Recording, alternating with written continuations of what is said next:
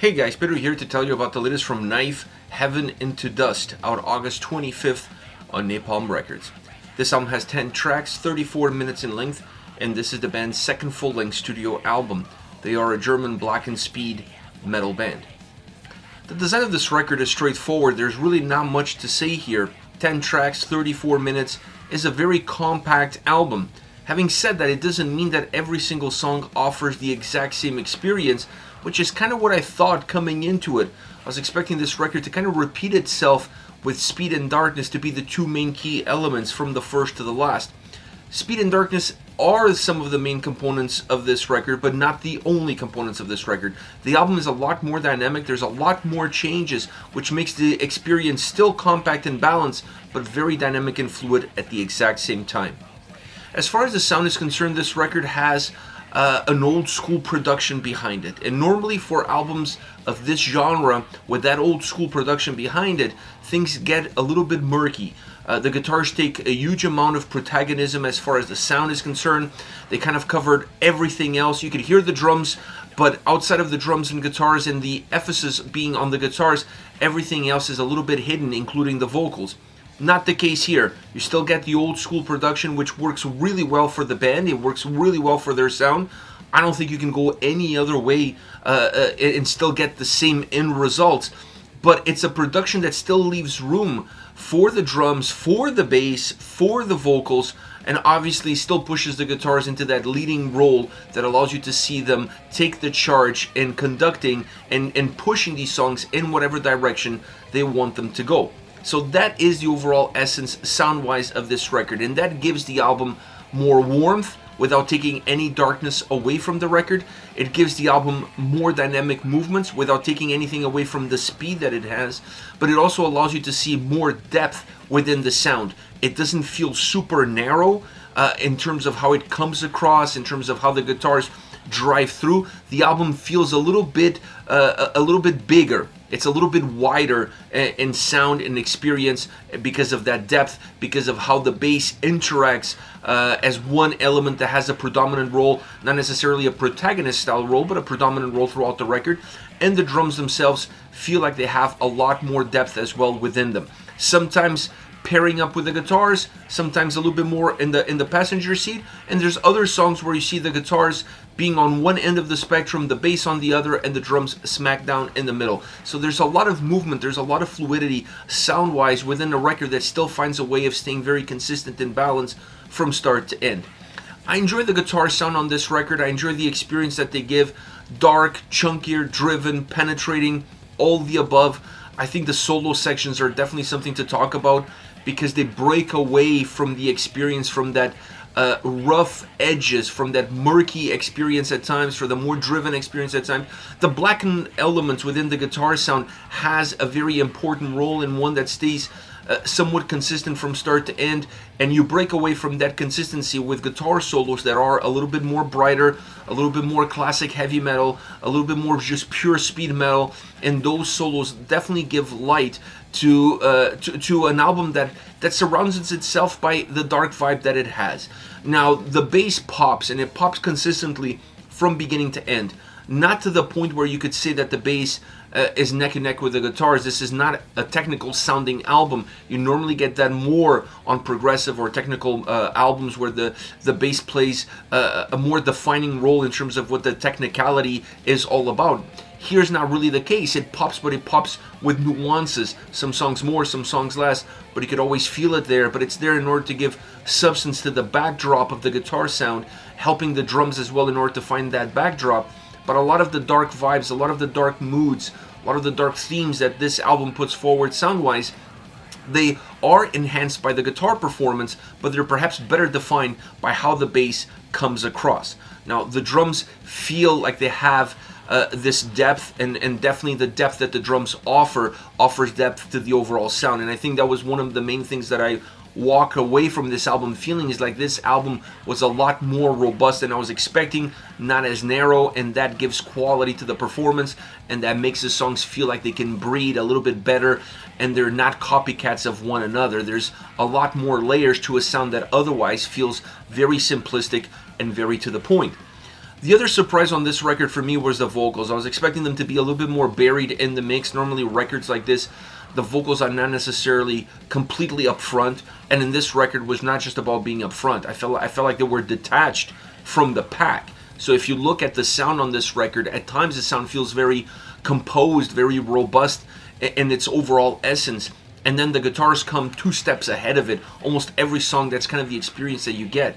Adding to that experience, the more screaming style vocals even creates a bigger gap between where the sound is and where the vocals are. It took me a little bit of time to adjust to this experience. Like I said, I came in expecting them to be a little bit more buried deeper into the mix, or if not buried deep into the mix, at least very close connected to where the head of the pack is. And having them so far out definitely took some time, and definitely took some time going through this record to get used to that very different approach. An approach that once you become familiar with the album becomes a lot easier to digest. An interesting album all around, the band's second record. I mean, this band has talent, and you can see the ideas forming, and you can see an album that really showcases the speed, the darkness, the momentum, the designs. And the great thing about this album is it doesn't fall into that pigeonhole of black and speed metal, where it has great songs, great hooks, great catchy tracks, but sometimes it loses a little bit of steam because it's really hard to keep the attention of the listener throughout an entire record. This album being 10 songs, 34 minutes, it never really loses the ability to keep the listener motivated and hooked to the experience of listening to the album. So a great album all around, not an outstanding record, but a great album nevertheless, an album that definitely deserves some place. As far as favorite songs are concerned, I want to start off with Hawks of Hades. This is the opening song on the album. I love the organ to open up the track. It really works great because it works as an intro to the song, and obviously an intro to the album itself. I almost felt like the album needed maybe a little bit more of that organ down the line, so that you don't see it just as an intro, but you see it maybe as an outro. I think it would have worked really well from that standpoint. But still, the song itself, in terms of the momentum, in terms of the guitar sound, in terms of how driven it is, specifically more in the verses, the chorus feels a little bit darker, more melodic as far as the riffs are concerned. The drums are consistent from start to end, and then the vocals jump out. So when you look at the design of the song, when you look outside of the intro, when you look at the design of the song, when you look at the sound, the guitars, the drums, vocals, how everything comes together, I honestly feel like this is a great track because it's super hooky, it's super catchy as the opening song. It's a song that has all the condiments that you're going to find throughout this entire album. Maybe more of one, less of the other, but they're all going to be there consistently from this first song all the way to the last. So this is a great opening track with a great intro, all the right ingredients for how you want an album to start. Next you have Iron Spectre. This is the second shortest song on the record, and it's only by two seconds. It's under the 3-minute mark, and because of its length, you immediately expect almost more of a punk song, more direct, more to the point, a little bit more raw. And they give you a little bit of that experience specifically because of the bass really popping, the drums working really well with the bass, and allowing the guitars to still be very, very driven and with some melodic elements.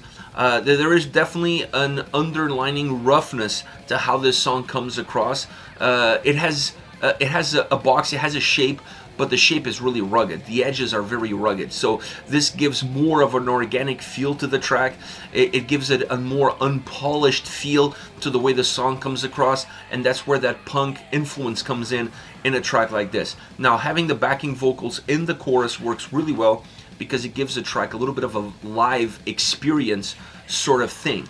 The solo section, it's a great solo section.